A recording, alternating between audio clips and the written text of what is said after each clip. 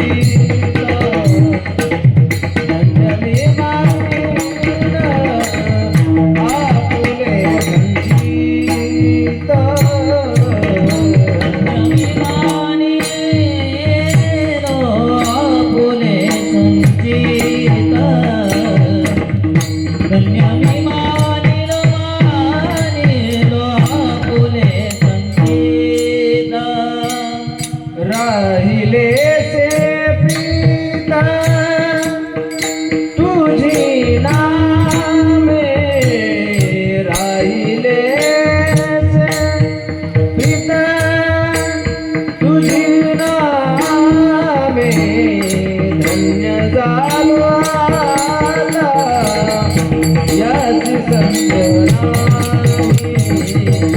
धन्य झालो आता याची संग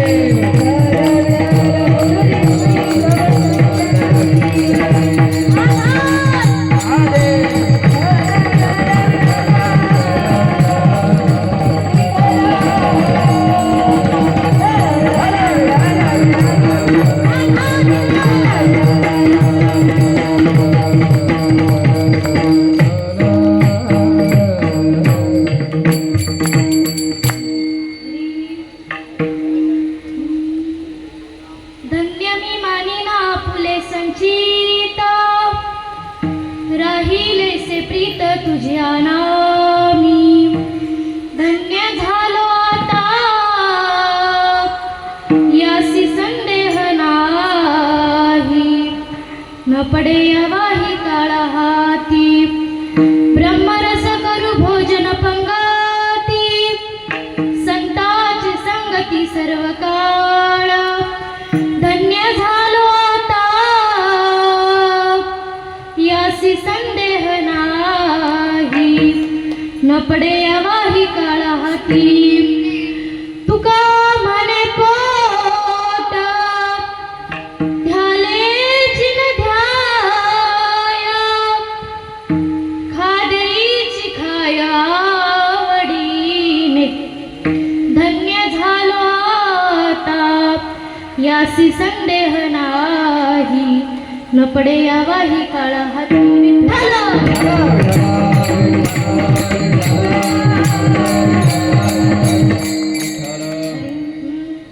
महायोग पीठे तटे भीमरथ्यम वरं पुंडलीकाय दातुं मुनीन्द्रे समागत्य तिष्ठं तमानन्दकन्दं परब्रह्मलिङ्गं भजे पाण्डुरङ्गं पाण्डुरङ्गकारो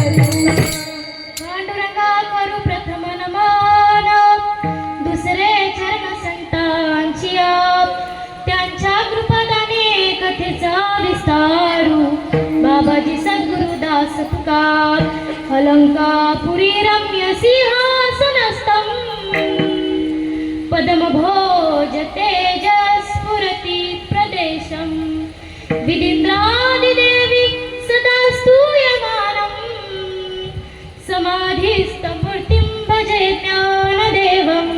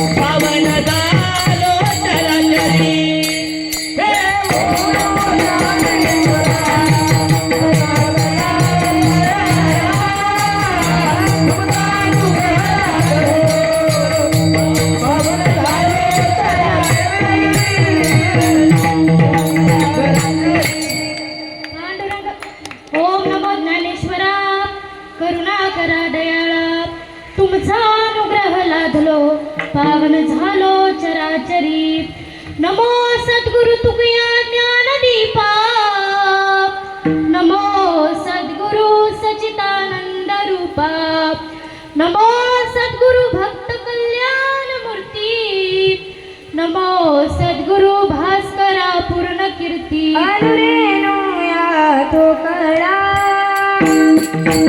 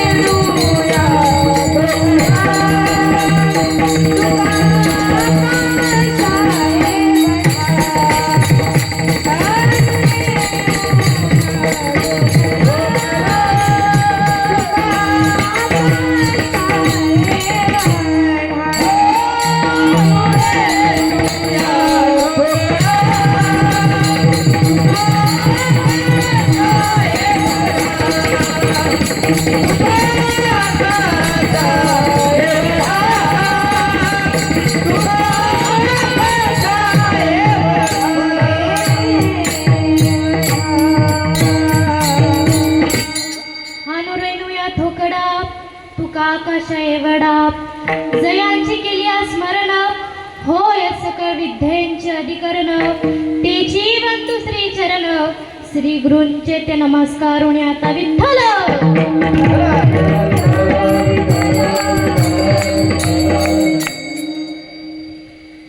प्रस्तुत प्राप्त प्रसंगी प्राप्त स्थळी प्राप्त वेळी कीर्तन रूपी सेवेकरता घेतलेला अभंग जगत गुरु जगत वंदनीय संत श्रेष्ठ देहूचे सुप्रसिद्ध साधू शिवाजी महाराजांचे आद्य गुरु धर्मगुरु तसेच सदैव वैकुंठाला गमन करणारे वैकुंठाहून परत येणारे किंबहुना राजांनाही उपदेश करणारे की राजे आमच्या हातामध्ये माळ असणं हा आमचा परमार्थ आहे राजे आमच्या हातात माळ असणं हा आमचा परमार्थ आहे परंतु तुमच्या हातामध्ये ढाल आणि समशेर असणं हा तुमचा परमार्थ आणि पराक्रम आहे असे राजांनाही उपदेश करणारे जगद्गुरु जगतवंदनीय संत श्रेष्ठ संत तुकाराम महाराजांचा 4 चरणाचा फार असा उत्कृष्ट अभंग असं गोड चिंतन आज तुम्हा माय बापांच्या सेवेकरता निवडलेलं आहे विठ्ठल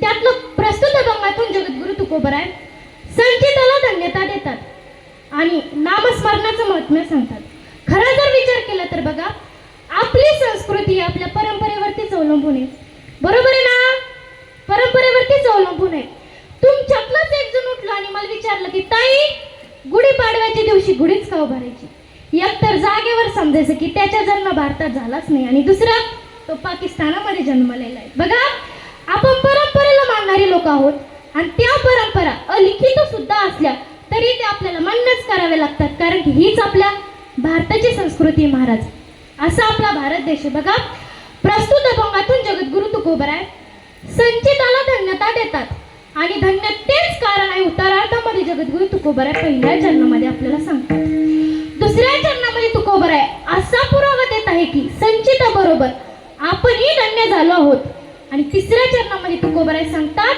की धन्य झाल्यावरती माणसाने काय केलं पाहिजे काय बोललं पाहिजे आणि तुकोबरायांनी काय केलं हे तुकोबराय आपल्याला अभंगाच्या तिसऱ्या चरणामध्ये सांगतात आणि चौथ्या चरणामध्ये अभंगाचा सार सांगितलाय चौथ्या चरणामध्ये अभंगाची पूर्वपीठिका सांगितली आहे आता विनोदी भाषेत सांगायचं म्हटलं तर या झाल्याच्या ठळक ठळक बातम्या आता पुढचा कार्यक्रम पुढच्या वाहिनीवर तोपर्यंत जाहिरातीचा लाभ घ्या विठ्ठल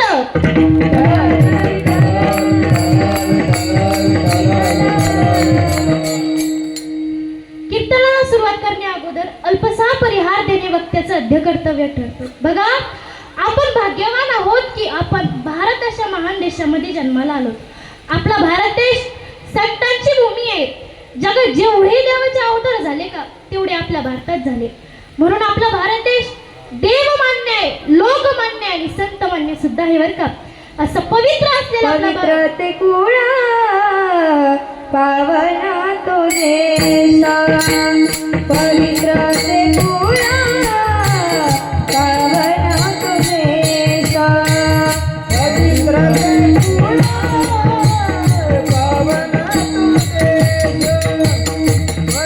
देश पवित्र ते कुळा पावना तो देश पवित्र ते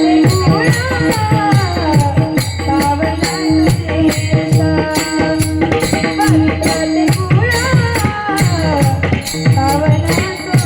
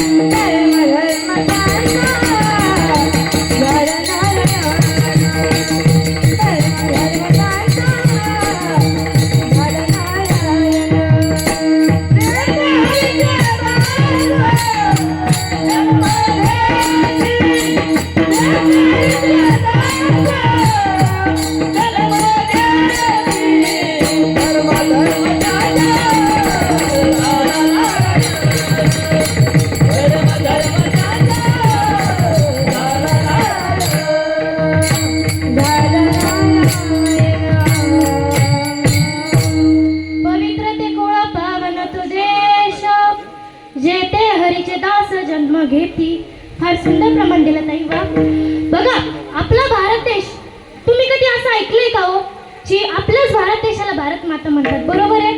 तुम्ही कधी असं ऐकलंय का चीन काकू, अमेरिका आत्या, लंडन दीदी, रशिया मामा, आफ्रिका दाजी? ऐकलंय महिला मंडळ? बोलत चला, ऐकलंय? परंतु असं ऐकलंय का भारत माता की? हा, भारत माता की? सैन्य कसं असावं चीन कडून शिका, तंत्रज्ञान कसं असावं जपान कडून शिका, धूर्तपणा कसं असावं आफ्रिकेकडून शिका, कपटीपणा कसं असावं इंग्लंड कडून शिका, सोनं कसं काढायचं त्या अमेरिकेकडून शिका, तेल कसं काढायचं ते न्यूझीलंड कडून शिका, मात्र संस्कृती कशी असावी महाराज फक्त आपल्या भारताकडून शिका. असं पवित्र असलेला आपला भारत देश आहे, संतांची भूमी आहे, संतांच्या स्पर्शाने पावन झालेली महाराष्ट्र भूमी. आणि या महाराष्ट्र भूमीमध्ये असलेलं हे संभाजीनगर, या संभाजीनगरमध्ये असलेलं हे काब्रानगर, आणि या काब्रानगरमध्ये चालू असलेला आपला हा सालाबाद प्रमाणे अखंड हरिनाम सप्ताह. या सप्त्याच्या दुसऱ्या दिवसाची सेवा माझ्या वाटेला आली, मी फार माझं मोठं परमभाग्य समजते. आणि ज्यांच्यामुळे मला ही सेवा प्राप्त झाली असे असणार आहेत, ज्यांच्यामुळे या सेवेचा, ज्यांच्या माध्यमातून हरिकीर्तनाचा योग आला, तुम्हा माय बापांना भेटण्याचा, दर्शन घेण्याचा योग आला, असे असणारे आदरणीय मिटकरी काका असतील यांचे मी मनापासून आभार मानते. समस्त गावकरी भजनी मंडळी असतील त्यांचेही फार मनापासून आभार मानते. तसेच आज येथे आमच्या वडिलांचे गुरुवर्य म्हणजेच माझे सद्गुरू. आता तुम्ही म्हणसाल वडिलांचे गुरुवर्य म्हणजे तुझे सद्गुरू कसं काय? तर लक्षपूर्वक ऐका, माझ्या आयुष्यातील पहिले गुरु म्हणजे माझे वडील. आणि जसं एक कुंभार जसा मडक्याला आकार देऊन जसं मडका घडवतो का, तसं मला त्यांनी ह्या मडक्याला तयार केलेलं आहे, मला घडवलंय. आणि माझ्या वडिलांचे गुरुवर्य म्हणजे माझे सद्गुरू, इथे असणारे माझे वडिलांचे सद्गुरू रामकथा व्यासपीठ आहे असे असणारे माझे सद्गुरू जनार्दन अण्णा देशवाल यांचेही मी मनापासून आभार मानते. तसेच दुसरे असणारे सप्त्याचे कमिटीतील मार्गदर्शक आदरणीय माधव महाराज पित्तरवाड त्यांचेही फार मी मनापासून आभार मानते. तसेच व्यासपीठिक चालक आदरणीय मच्छिंद्र महाराज वल्लेकर यांचेही फार मी मनापासून आभार मानते. तसेच माझ्या कीर्तनाला गोड साथ देणारे असे मृदुंगाचार्य असतील हरिभक्त पारायण नंदू महाराज तुमचेही फार मनापासून आभार मानते. तसेच माझ्या संघ आलेल्या आमच्या राधा माधव मुलींची वारकरी शिक्षण संस्थेमधल्या आमच्या गान विशारद, गान सम्राट, गान कोकिळा, पेटी मास्तर हरिभक्त पारायण कीर्तनही करतात. आणि पुढच्या महिन्यात 17 तारखेपासून त्यांची शिव महापुराण सुद्धा चालू होणार आहे. असे असणारे आमच्या गायत्रीताई ढगे असतील त्यांचेही फार मी मनापासून आभार मानते. तसेच दुसरे गायनाचार्य हरिभक्त पारायण शिवराम महाराज त्यांचेही फार मी मनापासून आभार मानते. तिकडं त्यांचेही फार मी मनापासून आभार मानते. इकडं सर्व विद्यार्थी उभा असतील त्यांचेही फार मनापासून आभार मानते. विनेकरी ताई असतील यांचेही फार मी मनापासून आभार मानते. इकडं आपल्या काब्रनगर मधले नागरिक म्हणून इथे उभा असलेले तुमचेही फार मनापासून आभार मानते. ताळकरी तुमचेही फार मी मनापासून आभार मानते. तसेच सर्व श्रोते मंडळी असतील तुमचे तर फार फार आभार मानते. तसेच माईक सिस्टीम वाले दादा असतील, मंडपवाले भैया असतील त्यांचेही फार मनापासून आभार मानते. कार्यक्रमाचे सर्व संयोजक, आयोजक, नियोजक, मातृवर्ग, पितृवर्ग, ज्येष्ठ मंडळ, महिला मंडळ, पुरुष मंडळ, तरुण मंडळ, मित्र मंडळ, बाल मंडळापासून तर वृद्ध मंडळापर्यंत सगळ्यांचे आभार मानते. तसेच आमच्या गावून आलेले आमचे भजनी मंडळी असतील, आदरणीय श्री पमा काका असतील, आदरणीय श्री आगार काका असतील, तसेच बाबासाहेब काका असतील, तसेच माझ्या मैत्रिणीचे वडील असणारे गणेश महाराज काळे असतील त्यांचेही फार मी मनापासून आभार मानते. इकडे संताराम बाबा असतील त्यांचेही फार मी मनापासून आभार मानते. सर्व ग्रामस्थ मंडळींचेही फार मी मनापासून आभार मानते.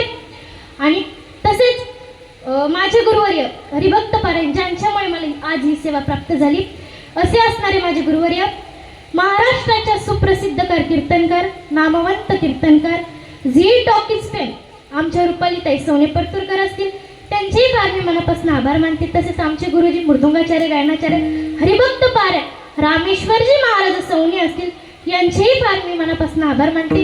तसेच मला जन्म देणारे माझे आई वडील असतील त्यांचेही फार मनापासून आभार मानते. कुणी राहिलं का? राहिलं बी असलं तर 2 घंट्याच्या कीर्तनाच्या ऐवजी मला कळलं तरी चालेल. परंतु चला विठ्ठल विठ्ठल.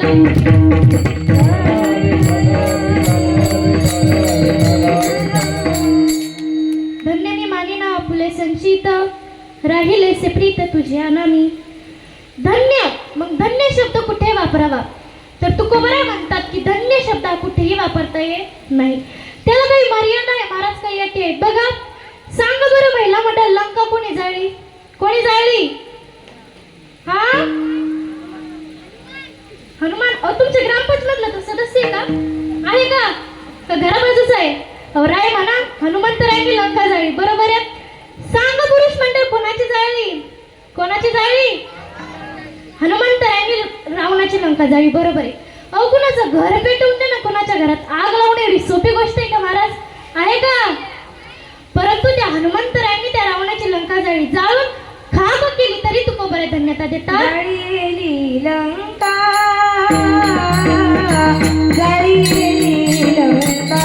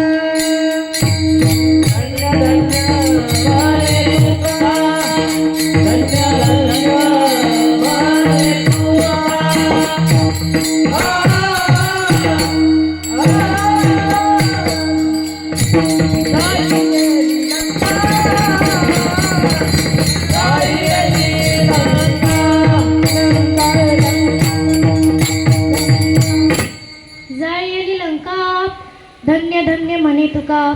त्या मारुतीरायांनी त्या हनुमंतरायांनी त्या रावणाची सगळी लंका जाळून खाक केली, तरी तुकोबराय धन्य का म्हणतात? या मागे काय कारण असावं तर तुकोबराय सांगतात, धन्य आम्ही जन्म आलो दास विठोबाचे झालो. आम्ही धन्य आहोत, विठोबाचे दास आहोत आणि मृत्यू लोकामध्ये आम्ही जन्माला आलो. किंवा धन्य धन्य निवृत्ती राया, धन्य ज्ञानदेव सोपान सख्या, धन्य आजी दिन झाले संतांचे दर्शन, धन्य आजी दिन संत दर्शनाचा अनंत जन्मीचा शीन गेला. बघा एका सुभाषितकाराने फार सुंदर वर्णन केलंय महाराज, लक्षपूर्वक ऐका.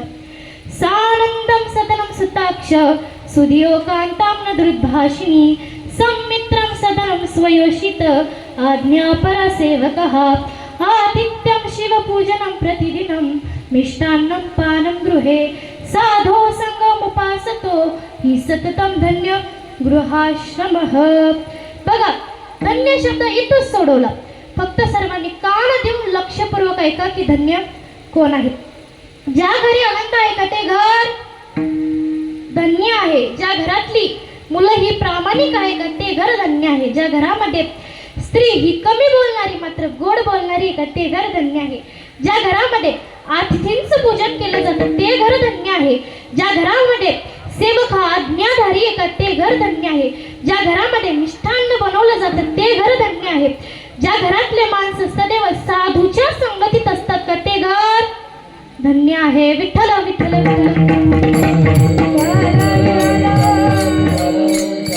पण आता मला सांगा, महिला मंडळ आनंद कुठे? कुठे आनंद दिसतोय? हो आता आनंद कुठेच नाही. आता आनंदाची जागा ही सुखाने घेतली. शब्दांकडे लक्ष असू दे, आवडली तर काळजात उतरून घ्या आणि टाळा वाजवा. बघा कलर टीव्ही बघण्याचं सुख आपल्याला 20,000 रुपयामध्ये विकत घेता येतं, यात काहीच नवल नाही. कलर टीव्ही कळते ना सगळ्यांना? कळते ना? मग कलर टीव्ही बघण्याचं सुख आपल्याला 20,000 रुपयामध्ये विकत घेता येतं. थंड पाणी पिण्याचं सुख फ्रीज आपल्याला 15,000 रुपयामध्ये विकत घेता येतं. लवकर स्वयंपाक करून जेवण्याचं सुख कुकर 5,000 रुपयामध्ये विकत घेता येतं. महिला मंडळ किती? 5. एकदा लावलं कुकर बाय बिन फिकर त्यालाच म्हणतात कुकर. बघा ते कुकर आपल्याला 5,000 रुपयामध्ये विकत घेता येतो. बघा ते कुकर 50,000 रुपयामध्ये विकत घेता येतं. कलर टीव्ही बघण्याचं सुख 20,000 रुपयामध्ये विकत घेता येतं. थंड पाणी पिण्याचं सुख 15,000 रुपयामध्ये विकत घेता येतं. लवकर स्वयंपाक करून जेवण्याचं सुख 5,000 रुपयामध्ये विकत घेता येतं. मात्र त्या माऊलींच्या सोहळ्यात नाचायचं सुख जगातल्या कोणत्याच बाजारामध्ये विकत मिळत नाही. त्यासाठी त्या माऊलींच्या सोहळ्यातच जावं लागतं. हाच आनंदामधला आणि सुखामधला फरक आहे महाराज. बघा, तुम्ही आम्ही सुखाचे अधिकारी आहोत, मात्र माझे साधू संत हे आनंदाचे अधिकारी. सुखाला नाश आहे व सुख नाश पावतो, मात्र आनंद हा अविनाशी, आनंदाला नाश नाही. त्यामुळे बघा, पुरुष मंडळ तुम्ही सासूरवाडीला जातच असतात, जातात की नाही? मी माय घेऊन खाली येऊ का तुमच्यापाशी? हा, बोलत चला, जातात ना? मग सासूरवाडीला गेल्याच्या नंतर जे मिळतं का त्याला सुख म्हणतात, आणि इथं बसल्यानंतर जे मिळतं का त्याला आनंद म्हणतात. सुख या संत समागमे, सुख या संत समागमे, सुख या संत समागमे, सुख या संत समागमे. नित्य गुणावे तुझिये नामे, नित्य गुणावे तुझिये नामे, नित्य गुणावे तुझिये नामे, नित्य गुणावे तुझिये नामे.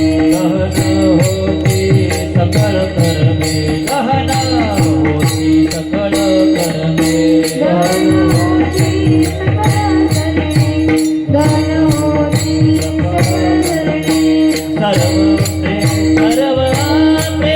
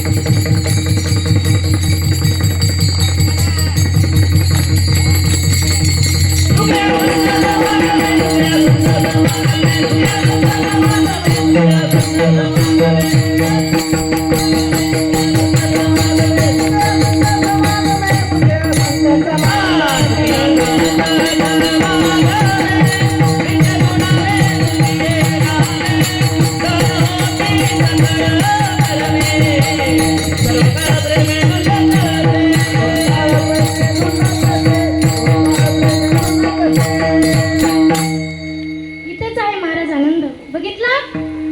दिसला ना?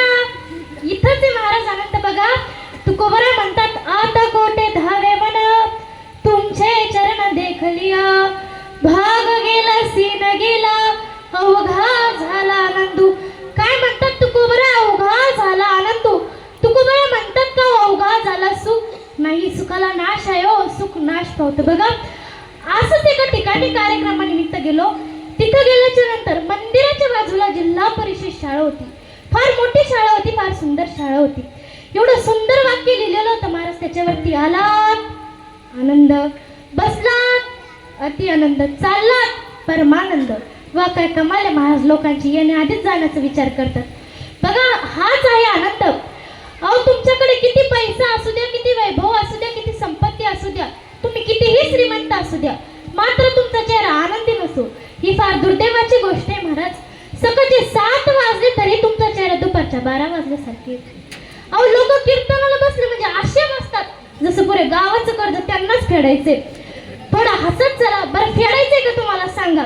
ज्याच्यावरती कर्ज तोच खरा मर्द. बघा अहो आनंदी राहायचं शिका. एक वाक्य नेहमी लक्षात ठेवा, आयुष्याच्या कॅमेऱ्यामध्ये डिलीट नावाचं ऑप्शन नाही बरं का. त्यामुळे आपण जोपर्यंत या जगात आहोत का तोपर्यंत आनंदी राहायचं शिका. हॅपीनेस ठेवा महाराज. बघा परंतु माझ्या तुकोबऱ्यांना बसायला माझ्या तुकोबऱ्यांकडे ना आनंद होता, काहीच नाही हो त्यांच्याकडे, ना संपत्ती ना वैभव आहे, काहीच नाही. परंतु त्यांचा चेहरा कसा आनंदी, हीच त्या परमार्थातली ताकद आहे. हाच तो आनंदामधला आणि सुखामधला फरक आहे. बघा तुम्हाला एका सिद्धांताकडे घेऊन चलते. या पृथ्वी तलावरती एक असा सम्राट होऊन गेला. एवढी संपत्ती त्याच्याकडे, एवढी संपत्ती महाराज की त्याला हे माहित नव्हतं माझ्याजवळ किती संपत्ती येते. त्याच्या 9 पिढ्या बसून कळेन एवढी त्याच्याकडे संपत्ती होती. पण त्याला ही मारावंच लागलं. 100 मुलं होती त्याला. किती होती पुरुष मंडळ? 100 मुलं होती राजाला.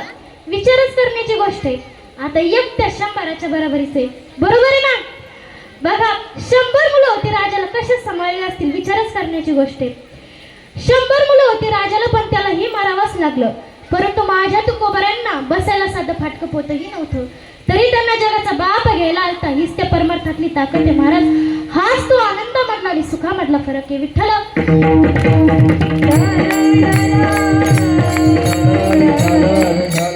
ज्या घरी आनंद ते घर धन्य. ज्या घरातली मुलं ही प्रामाणिक आहे का ते घर धन्य आहे. सावध राहा. एक वेळेस आपल्याला पैसा कमी कमवता आला तरी चालेल, संपत्ती ही आपल्याकडे कमी असली तरी चालेल, आपलं बँक बॅलन्स ही कमी असू द्या, मात्र मुलांवरती संस्कार घडवणं फार आवश्यक झालंय. आजकालच्या या जगामध्ये, आजकालच्या या परिस्थितीमध्ये मुलांची सर्वात मोठी संपत्ती झाली महाराज. बघा त्यामुळे आता मुलांवरती संस्कार घडवणं फार आवश्यक झाले. तुम्ही म्हणसाल ताई माझा मुलगा इंग्लिश मिडियमला आहे, CBSE पॅटर्नला आहे. अहो यात माझं काहीच दुमत नाही. तुमचा मुलगा इंग्लिश मिडियमला असो, CBSE पॅटर्नला असो, यात माझं काहीच दुमत नाही. परंतु जर तुम्ही तुमच्या मुलांना रात्री दिवा लावून तुळशी पुढं शुभम करोति कल्याणम आरोग्य धनसंपदा हा श्लोक म्हणायचा असतोच रे बाळा, हे जर तुम्ही तुमच्या मुलांना शिकवलं नाही तर तुम्हाला तुमचं पुढचं अर्ध आयुष्य या वृद्धाश्रमामध्ये काढण्याशिवाय पर्यायच नाही महाराज. पर्यायच नाही तुमच्याकडे. बघा त्यामुळे आताच मुलांमध्ये मुलं जोपासा संस्कार करायचं शिकव. हल्ली आजकालच्या मुलांमध्ये तसे संस्कार राहिले नाही. काही संस्कार होते माझ्या राजांचे, काही संस्कार होते. बघा काही जिजामातेंनी माझ्या राजांवरती संस्कार केले. एकदा शुभा लपून बाईंचा नाच बघत होते. ते एका दासीला कळतच ती दासी पळत गेली. मातांना सांगितलं, जिजामातांना सांगितलं की माता शुभा लपून बाईंचा नाच बघताय. तेव्हा माता रागावल्या, हाताच्या मुठी लावल्या, डोळे बंद केले. तशा राजांकडे गेला, राजांचा कान पिरड घरी आणलं आणि राजांना म्हणाले की राजे तुम्हाला बाया नाचवणार नाही तर तुम्हाला बाया वाचवणार व्हायचंय. असे माझ्या राजांचे संस्कार होते. काय संस्कार होते माझ्या राजांचे. हल्ली आताच्या मुलांमध्ये तसे संस्कार राहिले नाही महाराज. ज्या घरी आनंद, ज्या घरातली मुलं ही प्रामाणिक आहे का ते घर धन्य आहे. विठ्ठल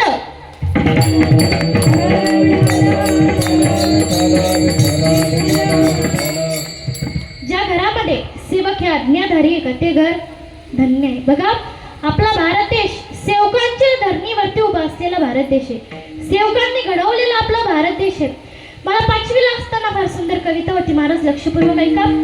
खबरदार जर टाच मारून चाल पुढे चिंधड्या उडवीन राही राही एवढ्या.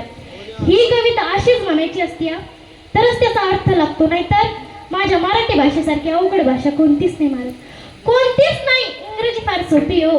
तुम्ही म्हणता इंग्रजी अवघड आहे, मात्र इंग्रजी फार सोपी आहे. आजकालचे ते घरातले लहान लेकरं सुद्धा इंग्रजी बोलतात. CBSE पॅटर्न मधली. मम्मा मला उद्या टिफिनला येल्लो वरण आणि व्हाईट भात द्या. बघा इंग्रजी मीडियमची प्रगती महाराज. पण मराठी मीडियम वाले आपलं ठीक आहे, वरण भात. विठ्ठल विठ्ठल. बघा एवढी माझी मराठी भाषा अवघड आहे. एक माणूस बाहेर चालला होता. तो त्याच्या बायकोला म्हणाला, बायको मी बाहेर चाललो गो, येताना काही घेऊन येऊ का? तेव्हा त्याची बायको त्याला म्हणाली, अहो काहीच घेऊन येऊ नका, फक्त तुम्ही घेऊन येऊ नका. आता ज्याला कळलं त्या त्यांना हसा, ज्याला नाही कळलं त्यांना हसणाऱ्याकडे बघून असं मात्र हसा. विठ्ठल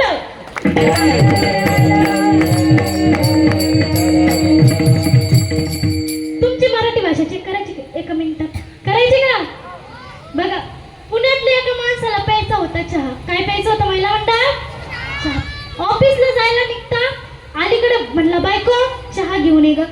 बायको चहा घेऊन आली. हा बसला, जसा टेबलवर बसला हातात चहाचा कप, अर्धा कप चहा पिला. काय म्हणत आलं काय माहिती, मोबाईल काढला खिशातला आणि चाळीत बसला. जसा हातातला कप खाली निसटला, तिकडे 1.5 लाखाचा मोबाईल फेकून त्याला पण कप धरल्याला खाली पडाला.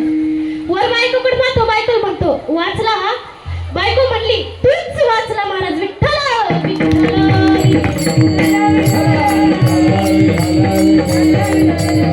एवढी माझी मराठी भाषा अवघड आहे. बरं काय चालू होतं आपलं?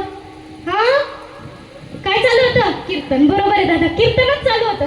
सगळंच तुम्हाला विचारलं, तुम्ही मला सांगताय तुला कशाला आणलं महाराज? विठ्ठल विठ्ठल विठ्ठल.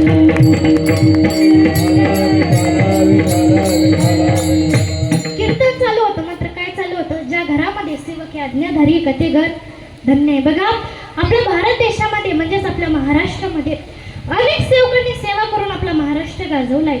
मग सेवा करणारे कोण होते? तुम्ही आम्ही. सेवा करणारे माझे शुभ आणि माझे शुभांचे मावळे होते. माझ्या राजांचे मावळे काय लाया खाणारी माणसं होती का? ऐका, वाघ संघ कुस्ती खेळायचे, 10 हंडे रस गिळायचे, उसाची मुळे हाताने पिरडायचे, व्यसन करणं टाळायचे आणि माझ्या राजांना जाऊन मिळायचे. असे माझ्या राजांचे मावळे होते. काय मावळे होते माझ्या राजांचे? एका मावळ्यामध्ये एक गुण होता. अशा 18 पगड जाती एक करून माझ्या राजांना अख्खं स्वराज्य स्थापन केली. असे माझ्या राजांचे मावळे होते. बघा, युद्धाप्रसंगी एकदा एका मावळ्याचा लढता लढता हात तुटला आणि ते शोभांना कळतं. शोभांनी त्याला घरी जाण्यास सांगितलं. तो मावळा घरी गेला. घरी गेल्याच्या नंतर दुसऱ्या दिवशी राजा त्याला भेटायला गेले. राजांना बघून तो मावळा ढसा ढसा रडू लागला, ढसा ढसा रडू लागला. राजे त्याला म्हणाले रडू नकोस, लवकर बरा होशील. तेव्हा तो राजांना म्हणाला की राजे, मी माझा हात तुटलाय म्हणून नाही रडते, परंतु या स्वराज्याचे राजे माझ्या घरी आले आणि त्यांना मुजरा करायला माझे हात नाही म्हणून मी रडतोय. असे माझ्या राजांचे मावळे होते. काय मावळे होते माझ्या राजांचे? बघा, लवकर उठे लढायला सुटे, तलवार तुटे पण पिछे न हटे. आणि आताचे मावळे उशिरा उठेच उठे, पोरीच्या माग सुटे, गटारीत पडून थोवर फुटे पण पिछे न हटे. विठ्ठल विठ्ठल.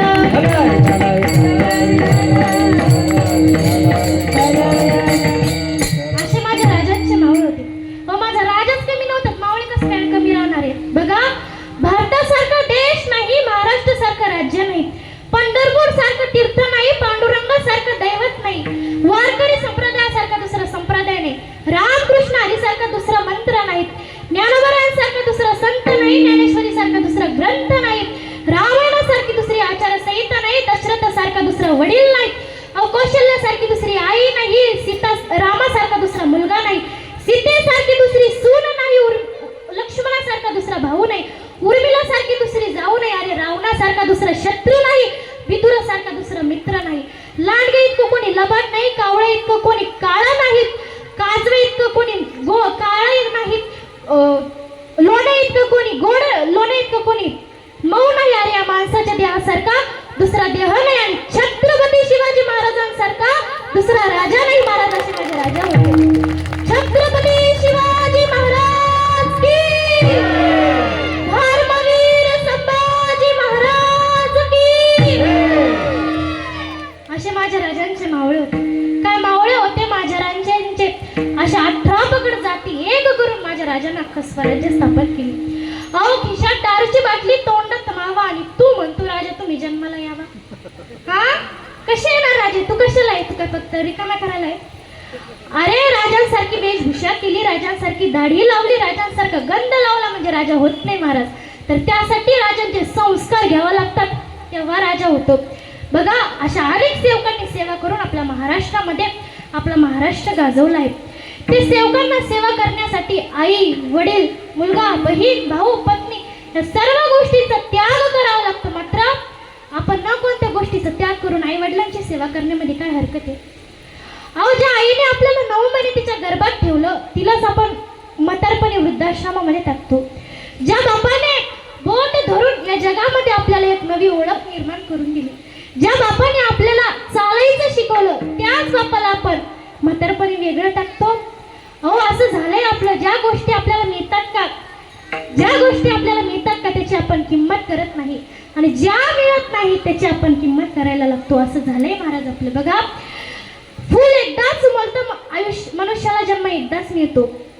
एक वेळेस ढगाड गेलेला सूर्य परत उगेला, परंतु माती आड गेलेले मायबाप परत येणार नाही महाराज. त्यामुळे जोपर्यंत ते ह्या जगात आहेत का तोपर्यंत त्यांची सेवा करा. आई वडिलांची सेवा करा, गुरुवर्यांची सेवा करा. बघा, ज्या घरामध्ये सेवक आज्ञाधारी ते घर धन्य. विठ्ठल विठ्ठल विठ्ठल.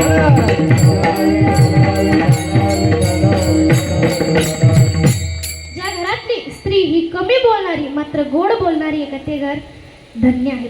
आता पुरुष मंडळ, मला तर असं वाटतं स्त्रियांचा कमी बोलण्याचा संबंधच कुठे आसपास लागत नाही. बरोबर आहे. अहो ते सरकार येडं नाही आम्हाला महिन्याचे 1,500 रुपये द्यायला.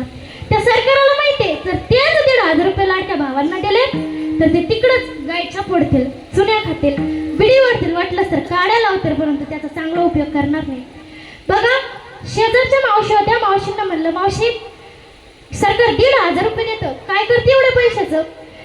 त्या मावशी म्हणाल, दिदी 1,000 रुपये तर खर्चिते, परंतु 500 रुपयाचा माणूस भांडे घासायला लावला.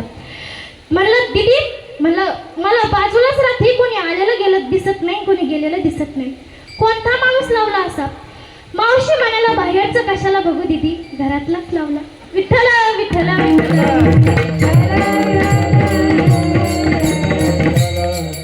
अशा माझ्या बायका आहे महाराज. बघा, असंच एका ठिकाणी कार्यक्रमानिमित्त गेलो. तिथं गेल्याच्या नंतर गावाच्या शिबेवरच थांबलो. एक जण आम्हाला घ्यायला आलता. आता कोणी घ्यायला आलेलं असलं तर जरा बरं वाटतं, नाहीतर पुरं गाव वलांडा, कीर्तन आणि मंडप कुठे याचा पताच लागत नाही महाराज. तो घ्यायला आलता आणि वाट बघणारा असावा तरच त्याच्या घरी जाण्यात मजा येते, नाही तर वाट लावणार नसावा. तो घ्यायला आला, एकाच कमिटी मधला होता. कसं महाराजाला उचलायचं आणि एखाद्या घरी टेकायचं. त्याने आम्हाला तसंच करून घेतलं आणि एका घरी नेऊन टेकलं. तिथं जाता जाता मला 5 वाजले. तिथं गेलो, त्या मावशी बाहेर आल्या. त्या मावशींनी मला बघितलं. मला वाटलं आरतीचं ताट घेऊन आलं असं करून. त्या मावशी म्हणाला, दीदी आजचे कीर्तनकार तुम्हीच का? म्हटलं हो, आजचे कीर्तनकार आम्हीच. म्हणे, दीदी आज तुमचंच कीर्तन आहे का? म्हटलं हो, आज आमचंच कीर्तन आहे. म्हणे, ताई तुम्हाला गावात दुसरं घर दिसलं नाही? आमचंच बरं घर दिसलं. गावातले लोक काय मेलेत का? एवढ्या बोलल्या आम्ही डायरेक्ट तिथून निघलो आणि कीर्तनाच्या ठिकाणी जाऊन पोहोचलो. कीर्तनाच्या ठिकाणी गेलो. तिथं गेल्याच्या नंतर कीर्तन वगैरे झालं. असंच एक ओळखीचा टाळकरी भेटला. तो म्हणे, ताई केव्हा आलात? म्हणलं, दादा 5 वाजेला. म्हणे, तेव्हापासून आता इथंच आहे का? म्हटलं हो. म्हणे, ताई काहीच काळजी करू नका, आमच्या घरी चला. त्याने डबल नेलं त्याच घरी. त्याचंच घर होतं महाराज. त्याच्या घरी नेलं. म्हणलं, दादा हेच तर घर होतं ना ते? म्हणे, ताई काहीच काळजी करू नका. त्या बाईंना बाहेर बोलावलं. म्हणे, ताई बाहेर ये ग, महाराज आलते का? म्हणे, हो तुमचे महाराज तर आले होते, पण एवढेशे होते, पण लईच बोलत होते ना महाराज. विठ्ठल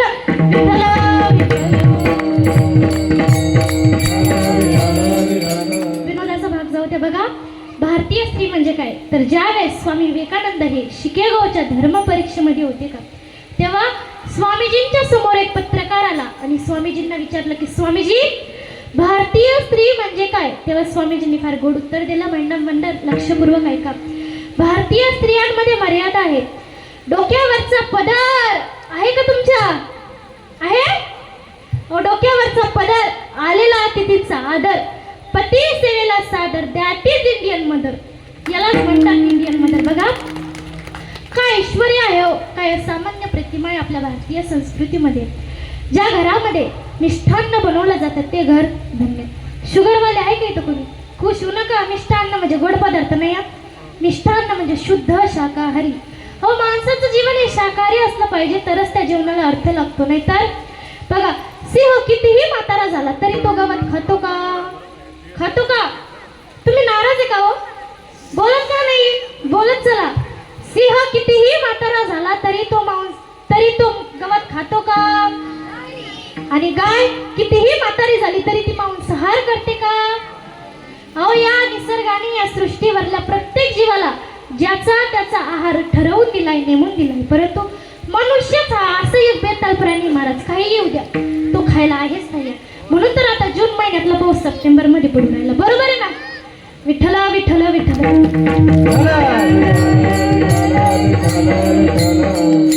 बघा सावध राहा, चुका आपल्या आहेत त्या कशा दुरुस्त करायच्या आपणच ठरवायला हवं. बघा असंच एका ठिकाणी कार्यक्रमानिमित्त गेलो. तिथं गेल्याच्या नंतर चौघा भावंडांचा परिवार होता. अतिशय सुंदर परिवार होता, अतिशय छान असा परिवार होता. जेवण वगैरे झालं. जेवण झाल्याच्या नंतर त्या काकूंनी आम्हाला तिथला चौघा भावंडांचा परिचय करून दिला. त्या काकू म्हणाल्या, मला 4 मुलं आहेत.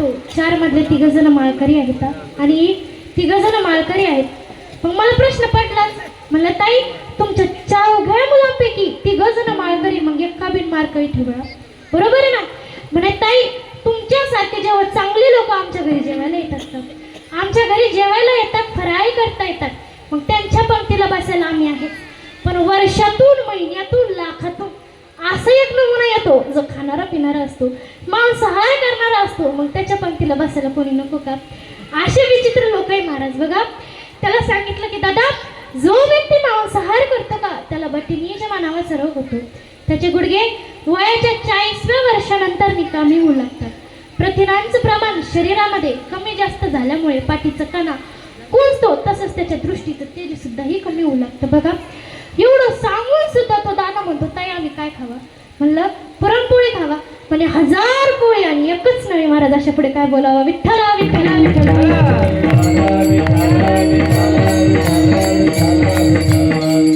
असे लोक आहे महाराज आजकालचे. बघा ज्या घरी मिष्टान्न बनवलं जातं ते घर धन्य आहे.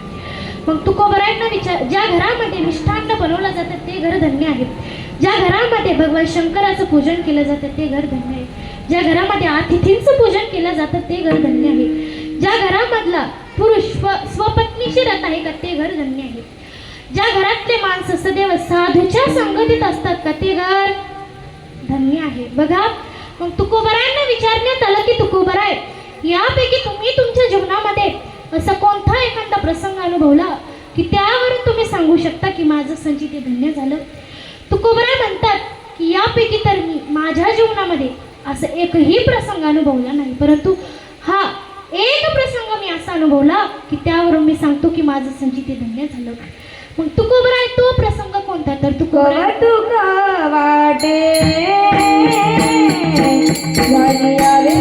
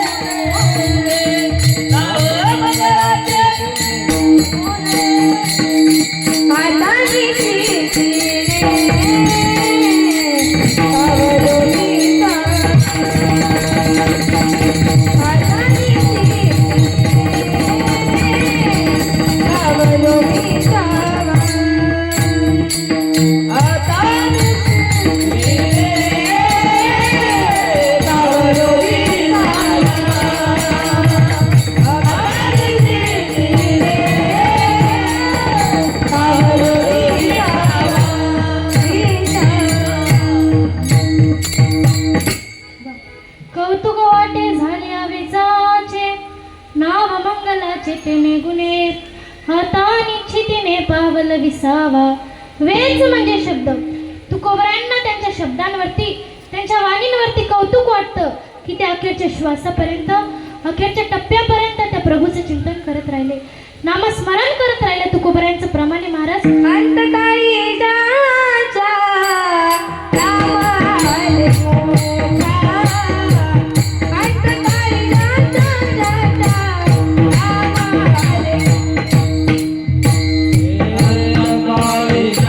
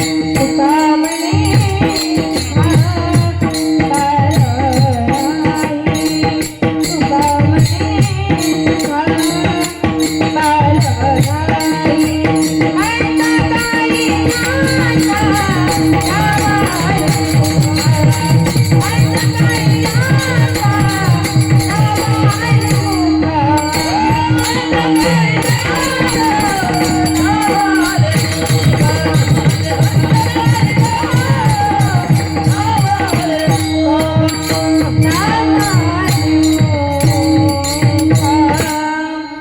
अंतकाळी नावाले मुखा तुका म्हणे सुका पार नाही. बघा, अंतकाळीच्या वेळी येईल एखादा प्रसंग जर तुम्ही अनुभवला, जर शेवटच्या टप्प्याला, शेवटच्या श्वासाला जर तुमच्या मुखातून त्या भगवंताचं नाव आलं, त्या परमात्म्याचं नाव आलं, तर तुम्हाला सद्गती प्राप्त झाल्याशिवाय राहणार नाही. मला माहिती आहे ना तुम्ही काय म्हणसाल, ताई कशाला आयुष्यभर देवाचं नाव घ्यायचं, कशाला आयुष्यभर देवाचं भजन करायचं, कशाला आयुष्यभर त्या देवाचं चिंतन करायचं, मग शेवटलाच एकदा घ्यायचं आणि मोकळं व्हायचं. परंतु ऐका, ज्या वेळेस आपल्याला ते लागत असतं का त्यावेळेस ते येत नाही महाराज. बघा, एक म्हातारा मरणाच्या काठीवरती टेकलेला होता. त्याचं अंडेवाचं एवढं वाकडं होतं महाराज की फारच वाकडं होतं. त्याच्या बायकोने तरुणपणातच त्याच्या पोराचं नाव राम म्हणून ग्रतपान झाली, ती मेली. त्याच्यानंतर त्याला काही पर्यायच नव्हता. त्या म्हातारीनं पण कधीच आयुष्यभर त्या पोराला राम म्हणून आवाज दिला नाही, कधीच राम म्हणून आवाज दिला नाही. तर का, माझ्या मुखातून या प्रभूचं चिंतन येईल, नामस्मरण येईल, अशा उद्देशाने. पण मुलाला असं वाटलं की माझ्या बापाने तर कधीच आयुष्यभर देवाचं भजन केलं नाही, चिंतन केलं नाही, मग शेवटच्या टप्प्याला तरी माझ्या बापाच्या मुखातून देवाचं नाव यावं, अशा उद्देशाने त्या पोरांना त्या बापाची बाज एका अशा खोलीत ठेवली की तिथे पुरे धान्याने भरलेलेच पोते, सगळे धान्याने भरलेले पोते, आणि सगळ्यात वरच्या पोत्याला त्या पोराने एक छिद्र पाडला, त्यातून एक एक दाणा खाली गळू लागला. त्या मुलाला असं वाटलं की याला बघून तरी माझा बाप म्हणेन, अरे रामा, ह्या पोत्याला शिव रे जरा, म्हणजे एकाच वेळी रामाचं पण आणि शिवाचं पण नाव माझ्या बापाच्या मुखात येईल. परंतु ज्या वेळेस त्या बापाने त्या पोत्याकडे बघितलं का, ते बाप म्हणाला, अरे कारट्या, या पोत्याला जरा टाचा मार. बघा, असं परमार्थ आहे. बघा, असं परमार्थ आहे. परमार्थ करणं सोपी गोष्ट नाही हो, खेळ नाही. परमार्थ करणं सोपी गोष्ट नाही, खेळ नाही. त्यासाठी पूर्वजन्मीचं पुण्यच लागतं. नाम नवदे त्याची वाचा, तो लेख तो बापाचा. बघा, अंगावरती शहारे उभे राहतात महाराज. तुकोबरायांचं प्रमाणे तुका म्हणे जाचा पिता नाही शोध. तुका म्हणे जाचा पिता नाही शोध. तुका म्हणे जाचा पिता नाही शोध. तुका म्हणे जाचा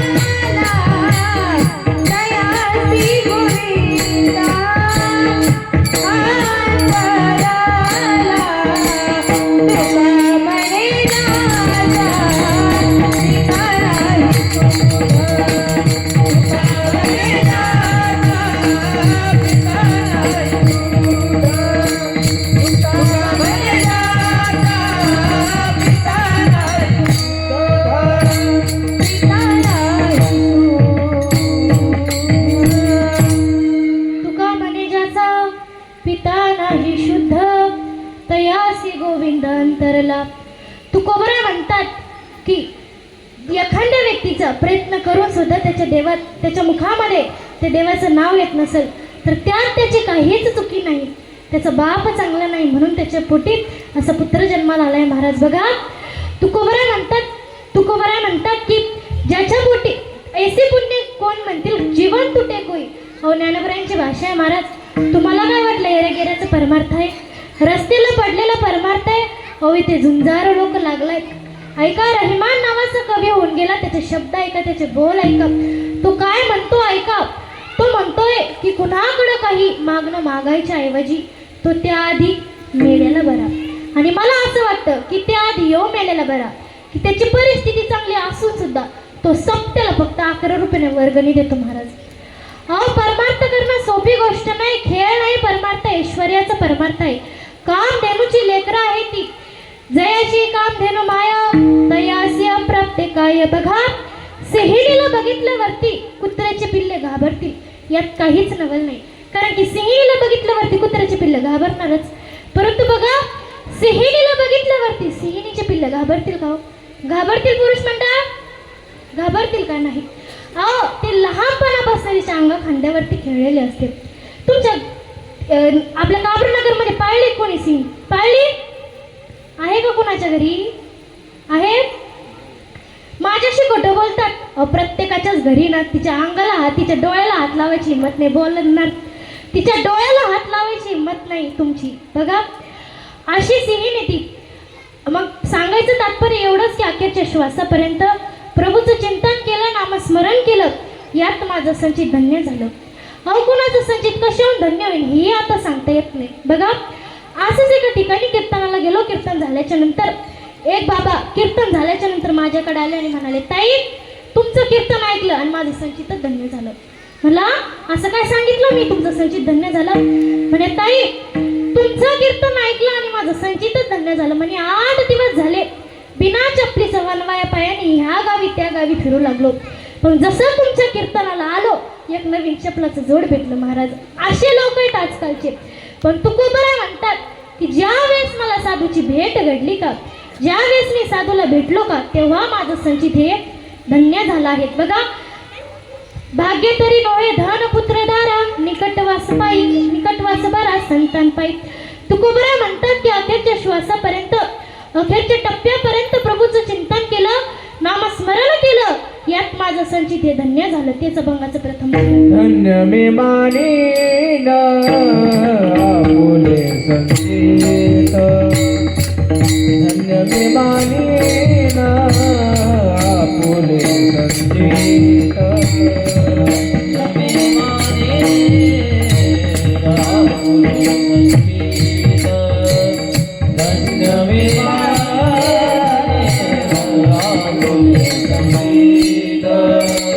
धन्य मी मानेन आपुले संचित,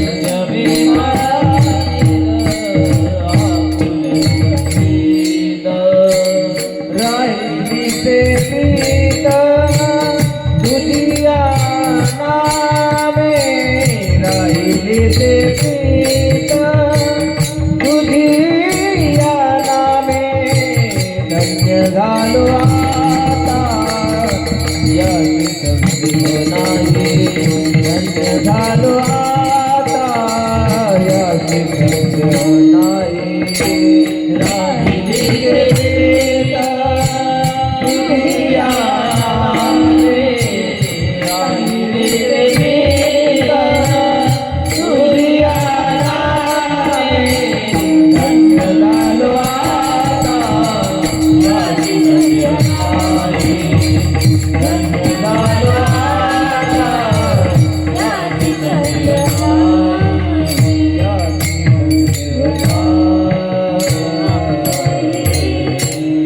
धन्य मी मानिना आपुले संचित राहिलेसे प्रीत तुझ्या नामी. तुकोबरा म्हणतात की अखेरच्या श्वासापर्यंत अखेरच्या टप्प्यापर्यंत मी प्रभूचं चिंतन करत राहिलो नामस्मरण करत राहिलो यात माझं संचित धन्य झालं. मग तुम्हालाही वाटत असेल की तुमचंही संचित धन्य व्हावं तर तुम्ही आहे त्या स्थितीमध्ये आहे त्या अवस्थेमध्ये त्या देवाचं नाव घ्या त्या प्रभूचं चिंतन करा तुमचंही का संचित धन्य होणार नाही. नामाचे चिंतने प्रगट पसारा असाल ते करा जे ते बघा. शेतकऱ्याने शेती करता करता देवाचं नाव घ्यायचं व्यापाऱ्याने व्यापार करता करता देवाचं नाव घ्यायचं शिक्षकांनी शिकवता शिकवता देवाचं नाव घ्यायचं विद्यार्थ्यांनी शिकता शिकता देवाचं नाव घ्यायचं. महिला मंडळ तुम्हाला तर फार सोपं आहे हो. स्वयंपाक करता करता देवाचं नाव घ्यायचं. ऐका तुम्हाला जर असं वाटत असेल की माझ्या नवऱ्याची दारू सुटावी तर स्वयंपाक करता करता फक्त तुम्ही हा प्रयोग करून बघा ना तुमच्या नवऱ्याची दारू सुटली बघा. 8 दिवस फक्त हा प्रयोग करून बघा 9व्या दिवशी तुमच्या नवऱ्याची दारू सुटली म्हणजे संपत. फक्त काय करायचं स्वयंपाक करताना भाकरी करतात तुमच्या इकडं करतात का बोलत चला करतात नाही मला वाटलं तुमचं माहेर अमेरिकेत तुम्ही नाही करतात ना बरोबर आहे. मग बघा परात घ्यायची परात कळत असन परात घ्यायची रामकृष्णारी म्हणायचं. मी स्वयंपाक करते मी भाकरी करते तुम्ही रामकृष्णारी म्हणत चला. परात घ्यायची जोऱ्यात परात घ्यायची पीठ घ्यायचं पीठ घ्यायचं रामकृष्णारी पाणी घ्यायचं रामकृष्णारी परातीत पीठ ओतायचं म्हणायचं रामकृष्णारी पीठात पाणी ओतायचं रामकृष्णारी चूल पेटवायची रामकृष्ण हरी तवा ठेवायचा रामकृष्ण हरी पीठ मळून घ्यायचं रामकृष्ण हरी भाकर थापायची म्हणायचं रामकृष्ण हरी भाकरीली भाकर तव्यावरती टाकायची म्हणायची रामकृष्ण हरी तव्यावरच्या भाकरीला पाणी लावायचं म्हणायचं रामकृष्ण हरी भाकर उलटायची रामकृष्ण हरी भाकर भाजायची रामकृष्ण हरी भाजलेली भाकर दुलडीत टाकायची म्हणायचं रामकृष्ण हरी दुलडीतली भाकर टप्प्या तड्या नवऱ्याच्या ताटात वाढायची म्हणायचं रामकृष्ण हरी. बघा फक्त 8 दिवस हा प्रयोग करून बघा 9व्या दिवशी तुमच्या नवऱ्याची दारू सुटली नाही म्हणजे बघा मी माझं कीर्तन करणं सोडून दे पण मला माहिती तुम्हाला माहिती मी काय कीर्तन करणं सोडत नाही तुम्ही काय अप्रयोग केल्याशिवाय राहत नाही. महाराज विठ्ठल विठ्ठल विठ्ठल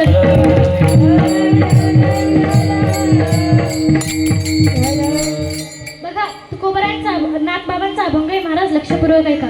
हरी बोला खाता हरी बोला उठता बसता दळता काढता भांडता सर्व कार्य हरी बोला एका जनार्दनी हरी बोला. बघा कामामध्ये काम काय म्हणे राम कामामध्ये काम काही म्हणा राम जाईल भवश्रम सुख होईल दुःखाचे कामामध्ये काम काही म्हणा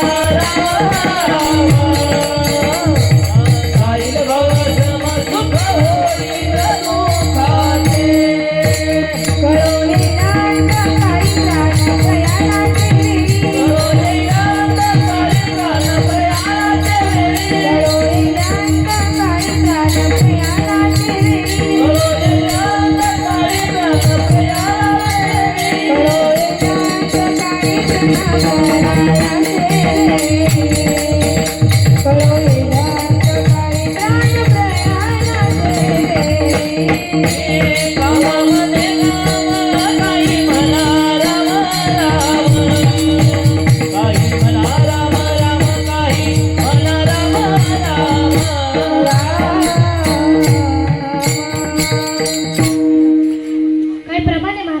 नावामध्ये काम काय म्हणे राम राम. बघा काब्रनगरवासियांनो, मला तुमच्यातलंच एखादं घर दाखवून द्या की तिथं मोबाईल नाही. सर्वांच्या घरी मोबाईल आहे, मला माहिती आहे, तुम्हाला माहिती आहे. बघा मोबाईलची रिंग वाजली हा पळत जातो आणि म्हणतो हॅलो. काय म्हणतो? हॅलो. बघा जसं बॅट म्हणजे फळी, बॉल म्हणजे चेंडू, पेन म्हणजे लेखणी, तसं हॅलो म्हणजे काय सांगच मला आता. काय हॅलो? त्याच हॅलोच्या जागी जर तुम्ही रामकृष्णारी म्हणसाल तर तुमच्या जीवनाचं सार हेच आहे ना महाराज. बघा 50 वेळा तरी तुम्हाला कॉल येत असतील, दिवसातून 50 वेळा तरी तुमचा तो मोबाईल रिंग करत असेल. त्या 50 वेळा तुम्ही जर रामकृष्णारी म्हणसाल तर तुम्हाला सद्गती प्राप्त झाल्याशिवाय राहणार नाही महाराज. बघा मी नाही म्हणत की तुम्ही रामच कृष्णारी म्हणा, तुम्ही ओम नमः शिवाय म्हणा, तुम्ही जय श्रीराम म्हणा, तुम्ही राधे राधे म्हणा, राधे कृष्ण म्हणा. ज्या देवाची भक्ती तुम्हाला करायचं त्या देवाचं नाव घ्या. अहो ते एकच आहे, मात्र भक्ती करण्याचे स्वरूप मात्र अलग आहे. बघा कोणी पांडुरंगाची भक्ती करतं, कोणी तुळजाईची भक्ती करतं, कोणी महादेवाची भक्ती करतं, कोणी हनुमंतरायांची भक्ती करतं. अहो देव एकच आहे, मात्र भक्ती करण्याचे स्वरूप मात्र आहे. देव म्हणत नाही की तू माझ्या मंदिरातच येऊन माझी पूजा कर. देव म्हणतो तू आहे त्या स्थितीमध्ये, आहे त्या अवस्थेमध्ये माझं नाव घे, मी तुला मदत करेल. बघा तुकोबराय म्हणतात की अखेरच्या श्वासापर्यंत प्रभूचं चिंतन केलं, नामस्मरण केलं, यात माझं संचित धन्य झालं. पण यात नवल नाही तर संचिताबरोबर मीही धन्य झालो होय. यात नवल या भंगाचं दुसरं चरण. धन्य झालो आता जास्ती संदेह नाही, धन्य झालो आता जास्ती संदेह नाही, धन्य झालो आता जास्ती संदेह नाही, धन्य झालो आता जास्ती संदेह नाही, धन्य झालो जास्ती संदेह नाही, धन्य झालो जास्ती संदेह नाही, धन्य झालो जास्ती संदेह नाही, धन्य झालो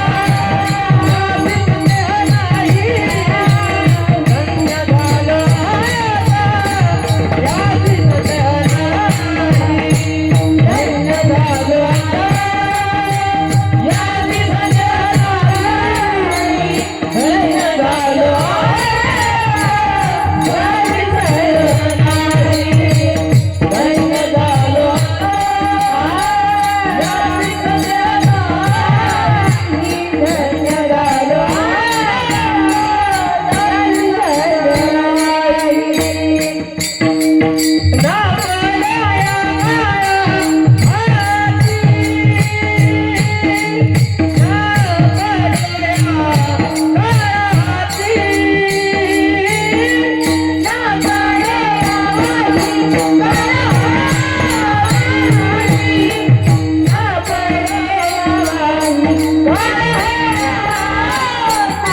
नाही, धन्य झालो जास्ती संदेह नाही, धन्य झालो जास्ती संदेह नाही, धन्य झालो जास्ती संदेह नाही, धन्य झालो जास्ती संदेह नाही, धन्य झालो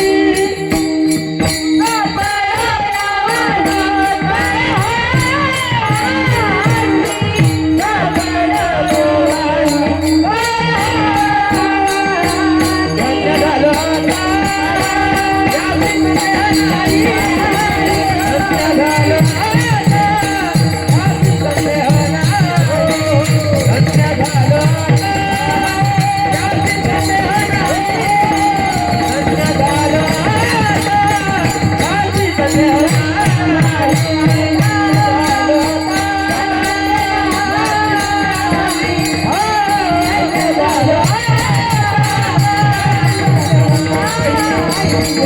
झालो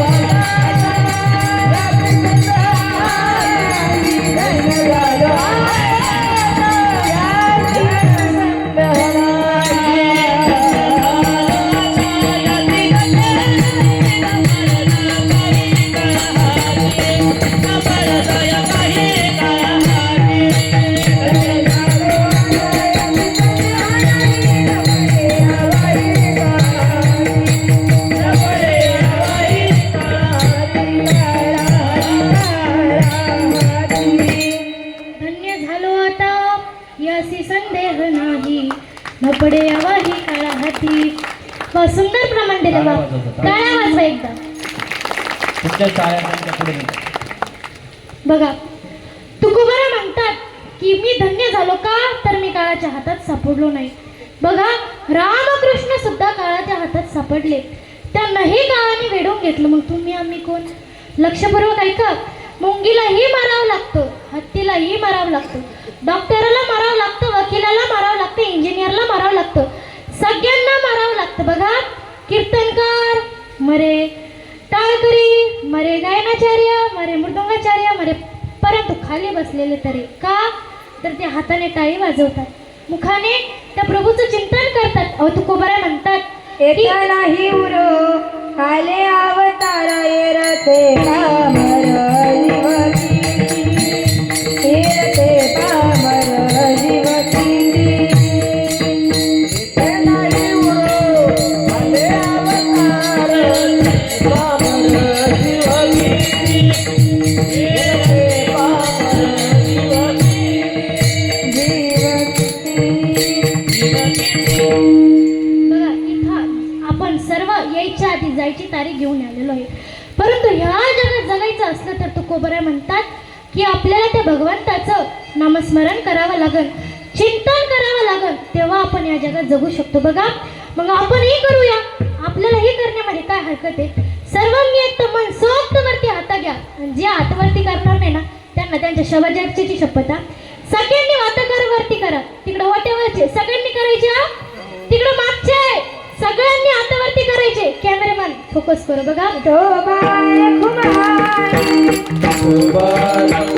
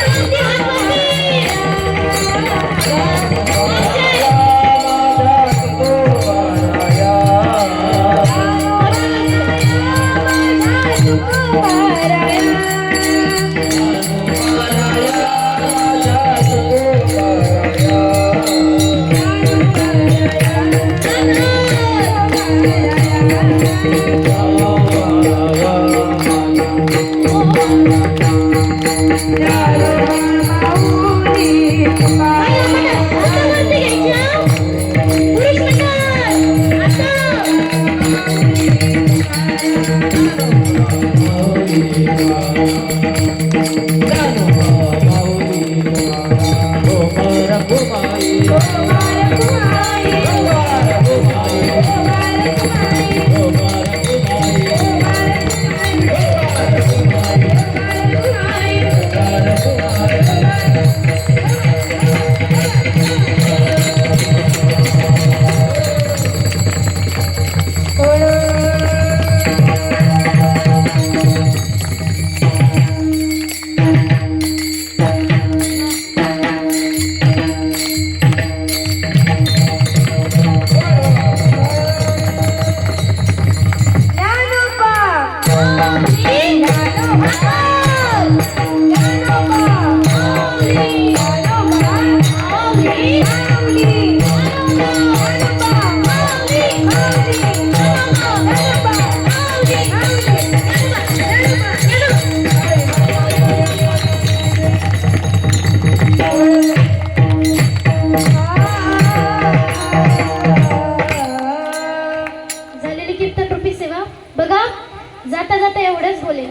आई वडिलांची सेवा करा, गुरुवरांची सेवा करा आणि बापाला जपा. बघा, बाप करी जोडी लेकरांच्या ओढी.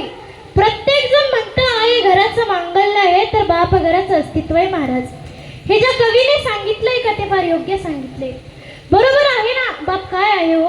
बाप पनिशमेंट देणार आहे. बाप कठोर काळजाचा बोलण्यातून आपल्या वागण्यातून बापाची अशी ओळख करून देत असतो. पण खरोखर बाप तसंच आहे का हो? कोणी बघितलं त्या बापाला? त्या बापाचं मन जाणून घेण्याचा प्रयत्न केला की बाप काय आहे? हो, लोक म्हणतात बाप रडत नाही, मात्र मी म्हणते माझा बाप रडतो. बघा, बाप 4 वेळा रडतो महाराज. पहिल्यांदा बाप केव्हा रडतो? जेव्हा त्याच्या लाडक्या लेकीचं लग्न होतं का तेव्हा बाप रडतो. दुसऱ्यांदा बाप केव्हा रडतो? जेव्हा त्याच्या लाडकी लेक सासरी नांदायला जाते का तेव्हा बाप रडतो दादा हो. तिसऱ्यांदा बाप केव्हा रडतो? जेव्हा आपल्या काळजावरती दगड ठेवून त्या सासरी पाठवलेल्या लेकीचा तरुणपणामध्ये संसार उद्ध्वस्त होतो का तेव्हा बाप रडतो. चौथ्यांदा बाप केव्हा रडतो? जेव्हा लहानपणापासून मोठ्या होण्यापर्यंत त्या बापाला, ज्या बापाने आपल्या लेकरांना त्या हाताच्या मोडाप्रमाणे वाढवलेली ती लेकरं मोठ्यापणी त्या बापाची कॉलर पकडतात आणि बापाला घराबाहेर काढतात तेव्हा बाप रडतो महाराज. बघा, या जगामध्ये 2च व्यक्ती एकमेकांवरती निस्वार्थ प्रेम करतात. ते पहिलं म्हणजे बापाने लेकीवरती केलेलं आणि दुसरं लेकीने त्या बापावरती केलेलं. काय जिव्हाळ्याचं नातं आहे महाराज. बघा, ठेच लागते लेकीला मात्र दुःख होतं त्या बापाला. असं माझा बाप आहे. बघा, काय नातं त्या देवानी लेक नावाच्या जन्माला घातले. बघा, ज्या वेळेस ती लेक सासरी नांदायला जाते का तिथून आपल्या बाबाला कॉल करते. तिथून आईचं प्रेम आपल्याला ती देत असते. तिथून आईचं नेतृत्व ती आपल्यासाठी पार पडत असते. तिथून बापाला कॉल करते, म्हणते बाबा तुम्ही जेवलात का हो? बाबा तुम्ही बरे आहात का? बाबा तुमची काळजी घेत जा. तिथून आईचं प्रेम आपल्याला ती देत असते. ओ, बाप म्हणजे साधा नाही. आयुष्यामध्ये बाप गेला म्हणजे फक्त बाप जात नाही, तर बाप गेला म्हणजे आईच्या चेहऱ्यावरचं हसू आणि मुलांच्या पाठीवरचा पाठिंबा सुद्धा जातो महाराज. असा माझा बाप आहे. बघा, लहानपणापासून मोठ्या होण्यापर्यंत आपल्याला सांगितलं जातं की बाळा हे करू नकोस, बाबा मारतील. बाळा अभ्यास कर, बाबा मारतील. बाळा उठ पटकन, बाबा मारतील. खेळू नकोस, बाबा मारतील. लहानपणापासून मोठ्या होण्यापर्यंत लहानपासून मोठ्या होण्यापर्यंत आपल्याला एक शब्द जो भीतीदायक वाटू लागतो तो म्हणजे बाप. चुली पुढे भाकरी करणारी त्यांना आई दिसते, मात्र त्या भाकरीसाठी पीठ आणण्यासाठी माग त्या बापाने केलेले कष्ट ते त्यांना दिसत नाही महाराज. बघा, बाप म्हणजे काय? देवकीचं कौशल्याचं देवकीचं कौतुक जरूर केलं पाहिजे, परंतु त्या पुरातून वाहून नेणाऱ्या वासुदेवाला विसरून चालेल का हो? त्या राजमाता जिजामातींचं कौतुक जरूर केलं पाहिजे, परंतु शहाजी राजांची ओळख विसरून चालेल का? बघा, तो सचिन तेंडुलकर काय 22.5 फूट पळाला तर इकडे कोट्यावधीचे पोरं त्याच्यासाठी टाळ्या वाजवतात. पण बाप, तुझा बाप 75 वर्षाचा बाप 5 एकर रानामध्ये 5 एकर शेतीमध्ये ह्या बांधावून त्या बांधापर्यंत आयुष्यभर तुझ्यासाठी वखर हाणतो. तू तुझ्या बापासाठी कधी टाळ्या वाजवल्या का? कधी आभार व्यक्त केलं त्या बापाचं? बाप काय आहे तर लक्षपूर्वक ऐका. बाप म्हणजे जगण्याचं माप आहे. बाप म्हणजे पाठीवरची थाप आहे. कधी रागवला तरी त्याची माया अमाप आहे. तोच म्हणजे माझा बाप आहे. बघा, ध्येयाकडे नेणारी ती शिडी आहे, संकटातून वाट काढणारी तू होडी आहे. तोच माझा बाप आहे. बाप म्हणजे शिस्तबद्धाचा धाक आहे. तोच तर माझा बाप आहे. बघा, आई वडिलांची सेवा करा, गुरुवारांची सेवा करा आणि बापाला जपा. हा मात्र विठ्ठल विठ्ठल विठ्ठल.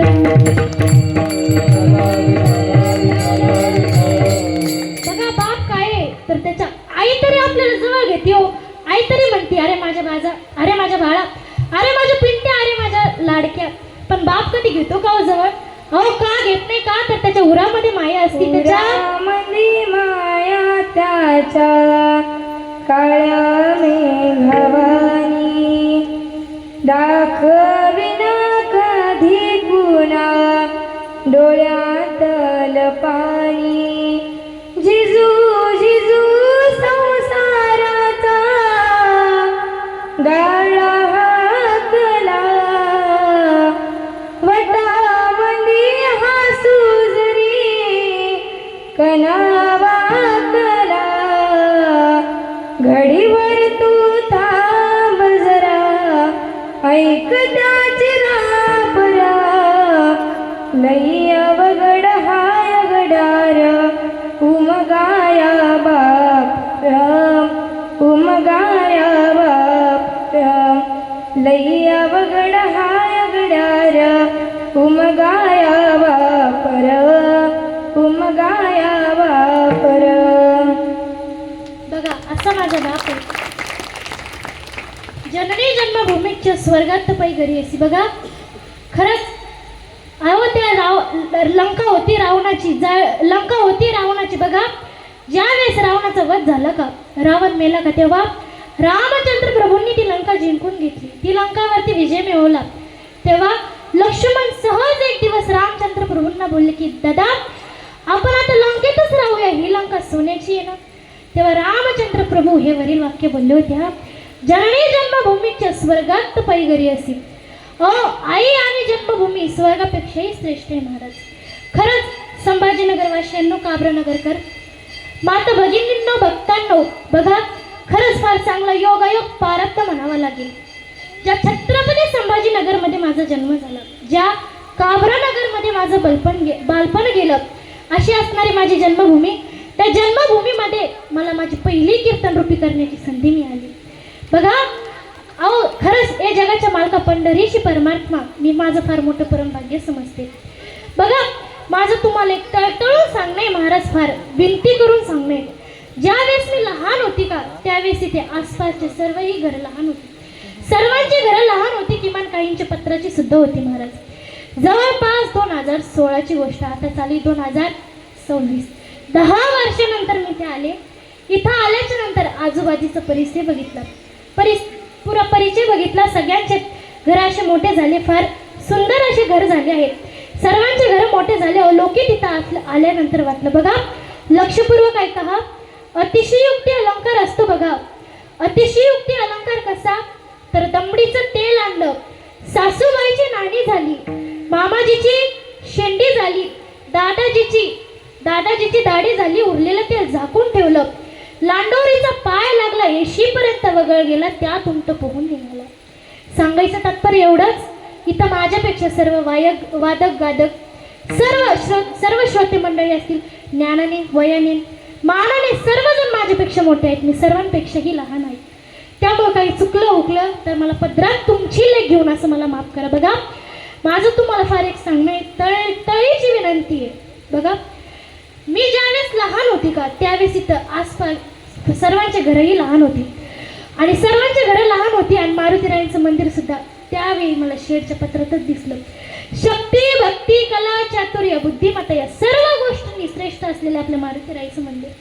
बघा 10 वर्षाच्या आधी ते मला त्या पत्राच्या शेडमध्ये दिसत होतं ना, आता सुद्धा ते पत्राच्या शेडमध्ये दिसते मला. त्यामुळे चुकलं तर माफ करा, परंतु ह्या मारुतीरायांचे मंदिर भव्य दिव्य होण्याचं मनावरती घ्या. सकारात्मक भावाने पूर्ण निष्ठेने जो देव आपल्याला मदतीला धावून येत असतो, कोणत्याही कार्यक्रमाची शिकवण आपल्याला देत असतो, असे असलेले आपले मारुतीराय. सर्वांचा संसार मारुतीरायाच्या कृपेने फुलणार, चांगला पुढे चालणार, आणि तुम्ही एकदा प्लीज मारुतीरायांच्या मंदिराचं मनावरती घ्या. एवढं बोलून बघा झालेली कीर्तन रूपी सेवा पुन्हा एकदा सर्वांचे मनपूर्वक आभार मानते. मृदुंगाचार्य दादा असतील, दादा तुमचेही फार मनापासून आभार मानते. तिकडं आमच्या संघ आलेल्या माझ्या गुरु भगिनी, माझ्या लाडक्या ताई, मला सांभाळून घेणाऱ्या आमच्या गायत्री ताई ढगे असतील, त्यांचेही फार मनापासून आभार मानते. तिकडं दुसरे गायनाचार्य दादा तुमचेही फार मनापासून आभार मानते.